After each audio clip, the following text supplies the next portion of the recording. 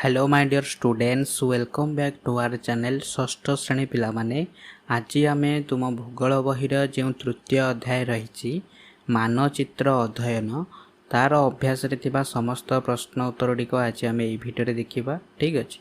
तो जो मैंने ये चैनल प्रथम थर कर भिडियो देखुच तो तुम मैंने यही भिडियो देखापी चाहूले तो तुम मैंने चैनल को सब्सक्राइब करदेव ठीक अच्छे।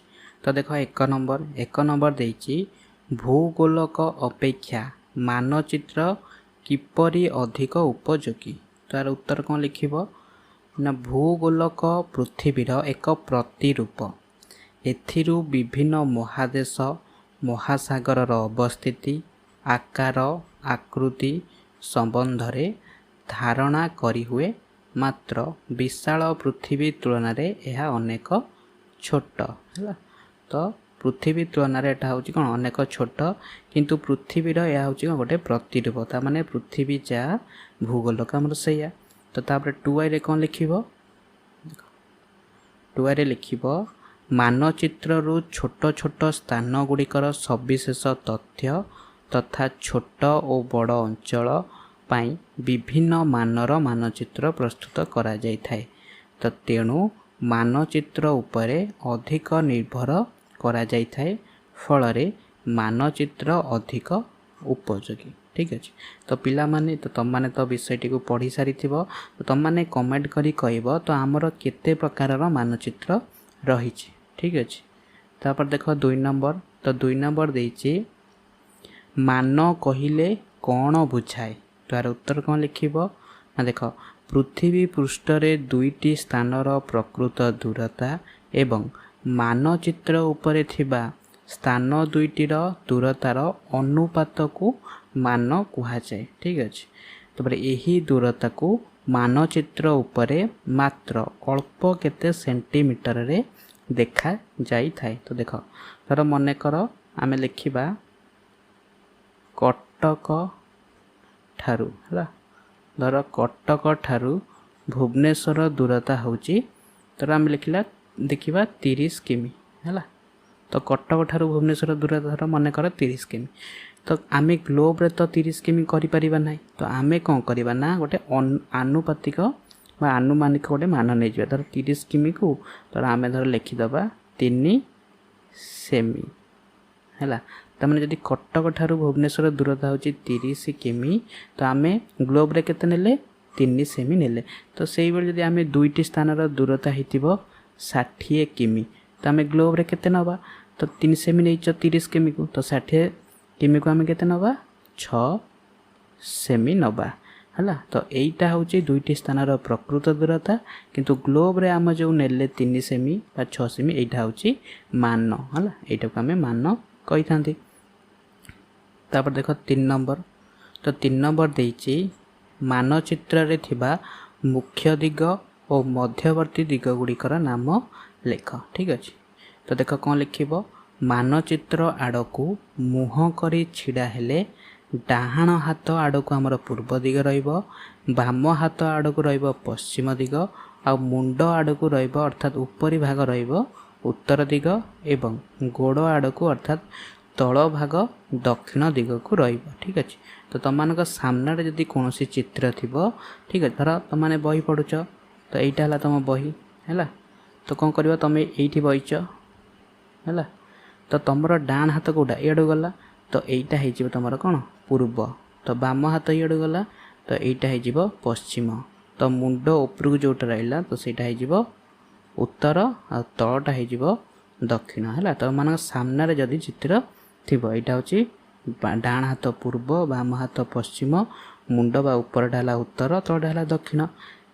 तो यहाँ है आमर 4टी मुख्य दिग तापरे मध्यवर्ती दिग गुड़िक है उत्तर पूर्व कोण को ईशान्य आउ दक्षिण पूर्व कोण को अग्नि आउ दक्षिण पश्चिम कोण को नैऋत्य एवं उत्तर पश्चिम कोण को वायु कहा जाए ठीक अच्छे। तो देख तो आमर यहाँ 4टा दिग तो यहाँ है पूर्व यहाँ है पश्चिम यहाँ है उत्तर तो यहाँ है दक्षिण। तो देख ये जो साइडटा तो यही साइडटा को आम कौन कहीपर तो एपटे उत्तर रहा तो यहाँ है उ तो एपटे पूर्व रहा तो पू एटा है उत्तर पूर्व दिग को आम कौन कहती ईशान्य कोण कहती। तापर देख यहाँ रहा पश्चिम यहाँ रहा उत्तर है तो यहाँ को आम कहीपर उत्तर आउ पश्चिम। तो उत्तर पश्चिम पटे कौन रहा तो वायु कोण रहा ठीक अच्छे वायु कहुए वायु दिग। तापर देख एपट रहा पश्चिम एपट रहा दक्षिण तो यहीटा को आम कहीपर दक्षिण पश्चिम। तो दक्षिण पश्चिम दिग को आम कौन कह नैऋत्य कोण कहवा। तापर रहा दक्षिण पूर्व तो यहाँ दक्षिण यहाँ है पूर्व तो यहाँ कौन कहवा यहाँ को अग्नि कोण है दक्षिण पूर्व कोण को आम यहाँ अग्नि दिग कहीपर बुझिपार। तो ये आम मुख्य दिग 4टी अच्छी आ मध्यवर्ती दिग 4टी अच्छी तो मोट जदि दिग है तो 8टी दिग। तापर देख 4 नंबर क्वेश्चन रही मानचित्रर 3टी मौलिक वैशिष्ट्य कौन है। तो आम जाच मानचित्र आम 3टी मौलिक वैशिष्ट्य अच्छी तो सेगुड़िक कौन ना गोटे दूरता आ गोटे दिग आ गोटे संकेत बा दूरता को आम लिखिपर कौन मान है। तो मानचित्र 3टी मौलिक वैशिष्ट्य होची मान दिग आउ संकेत है। तो यही 3टा होची हमर मानचित्रर मौलिक वैशिष्ट्य। तापर देख 5 नंबर तो 5 नंबर क्वेश्चन रही केउ मान विशिष्ट मानचित्र सविशेष बरणी दे थाए ठीक अच्छे। तो यार उत्तर लिखिब बृहत मान विशिष्ट मानचित्र रे छोट अंचल तथा सहर नगर ग्राम आदि दर्शा जाए। तो एथिरे विभिन्न स्थानर सविशेष बरणी मिलता है।